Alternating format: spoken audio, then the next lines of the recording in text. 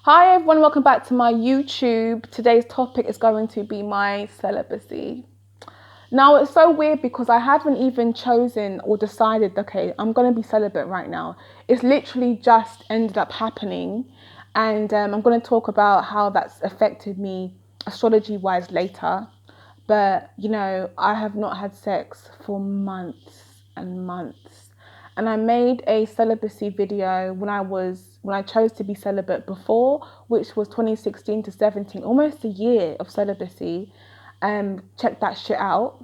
But I'm making this one now because I have to document what's going on in my life, as a lot of new energies come in, a lot of changes is going on, and I'm starting to realize that the thing is with celibacy and why it's so beneficial for all of us is because we need to maintain control over our bodies. And a lot of people out there cannot control their bodies. They are very driven by temptation, by the body's urges. And what I found is I didn't choose the celibacy. Like, I could we're in 2018, okay? It's very easy for me to pick up a phone and call whoever I want and say, hey, I want some zik. But I don't want to do that right now. There is someone that I really like, and I have this urge for intimacy and for connection. And because he's all the way across the fucking world, um, he's the only person that I feel that I can share that with right now. And although I'm not like in a relationship, I'm free to do what I want, but it's not what I want to do. And because I'm used to going through periods of celibacy anyway, I just kind of feel like I don't need to get my nut. I'm happy to wait, but it's also a need, and I need intimacy, I need connection, and this is where I'm at right now. So I'm not happy because I haven't made this decision to even be celibate, but it's me understanding what my body is craving. And you know what happens, like when you don't listen to your body and you go out and you do reckless things, and you just go with you're not taking on board the correct, you're not listening to your body or the energies around you. And what tends to happen is you do stupid things, and something happens, and you didn't, you wasn't expecting it. Pregnancies, diseases, you name it, I don't know. And that's what I'm worried about right now. Is I don't want to make a mistake. I don't want to have fun with someone just because. And I'm here now. Now, when I was celibate the first time around, I came out of a really horrible, horrible relationship. And I just decided I wanted to just cleanse my body from this negative energy from this man and literally start over. And I decided I'm not going to I'm not going to break out of the celibacy until I meet someone who is worthy. And what I noticed is during that time, I met a lot of guys, and a lot of guys, their goal is to break your celibacy. And it really frustrated me because why can you not stimulate my mind? Why can't you make me feel secure? Why is your goal always got to be the vagina? Do you not know how to get to the vagina? Is to go through my brain first. There's a lot of things that I need, and I realize that my needs are way more important than what my wants are. And it definitely makes a lot of men respect you more, and they're like, wow, well done for being celibate, well done for saying no to people. And it's not hard, it really isn't hard, but people are being commended, but I'm being commended for something that I don't find is difficult.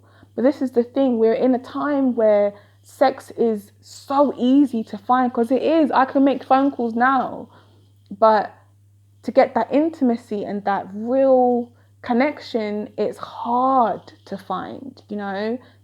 It's difficult, and that's what I need.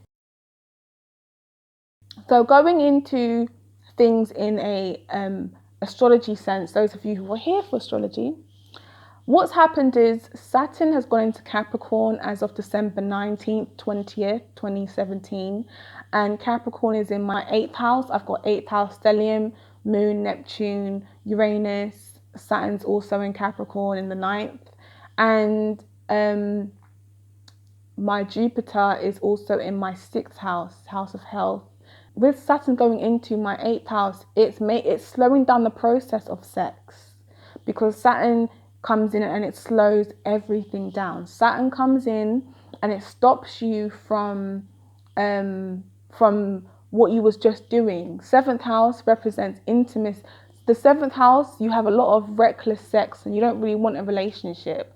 So when Saturn went into my 8th house, things started to change. I'm craving intimacy, I'm craving connections, I'm craving, you know, that real sexual experience rather than just 7th house fun. And I know me, I like having fun, 7th house style, but I can't do that right now because of this transit has come in and made me feel like, no, honey, you need more now. You want more. So the funny thing is, like, this person that I call my bae, who I'm very much connected with, and I don't even know why. It's weird because he's so far away, and the thing is, when he was here, because he goes back and forth from the UK to America, when he was here, and we met on a solar eclipse. We met on a solar eclipse, and I had not seen him for like, I think, a year beforehand, because he went to America and we always fall out, and I've known him for 4 years. And when I bumped into him, I had not seen him because I thought he was in America. Bumped into him in the middle of London, and I'm not even living in London right now. And it was crazy. We went out on a date the next day, and ever since then, it's just been, you know, it's been amazing. So what's basically happened is he's gone back to America. Saturn's gone into my 8th house, and it's saying, honey, you got to wait for this now. You have to wait, because Saturn makes you wait, slows things down in the process, and it makes you really think about what you really, really need, what you really want. Obviously, I need intimacy, I need that, and I have to wait for him to come back now, and for us to decide what we want to do. So with Saturn going into that house, going to be all around my Uranus, Neptune, all around my moon and shit. And Pluto transit is also in my 8th house. So I have a crazy 8th house going on. So I'm not saying I'm going to be celibate for 2.5 years, because that's how long Saturn takes to go through. Definitely not. But I know that it's making me, you know, really think about things relationship-wise. And the kind of person I am, I cut people off quickly. And when Saturn was in my 7th house, that's what I was doing. I cut people off in a heartbeat. But with Saturn going from my 8th house, I can't cut him off. I cannot do it. It's hard. And I know me. Like, by now I would have been so mad that I can't have him how I want him. I would have cut his rascal off a long time ago. But Saturn says, no, honey, you need to learn from this experience, and you need to know what it's like to wait for the things that you need. You have to wait. So that is what Saturn has taught me, with it being in my 8th house, with, you know, just a month in. So although, yeah, I don't want to be celibate, I really don't, but, you know, I know that it's the best choice for me right now based on what's going on around me. So I'm literally just sitting back and understanding that things ain't where I want it to be, but it's probably best that it's here now, because it gives me and him a chance to explore our minds a lot more, because we are completely separated. And that's what we need to have right now, because we've already established a sexual connection. We need to establish way more of a mental and friend connection now, because based on his chart is a mess. But with my chart, this helps me. Even if it doesn't get to where I need it to go, it's the fact that I have to learn the lessons for me to be successful at this. I need to learn the lessons, because it leads me to have a successful 8th house Saturn transit. So that's where I'm at right now. I would love to hear anyone that's gone through a Saturn transit through their 8th house. What did it bring for you? I'm also expecting someone of elderly nature to also die at some point, because it's in Capricorn. Capricorn is related to elderly people.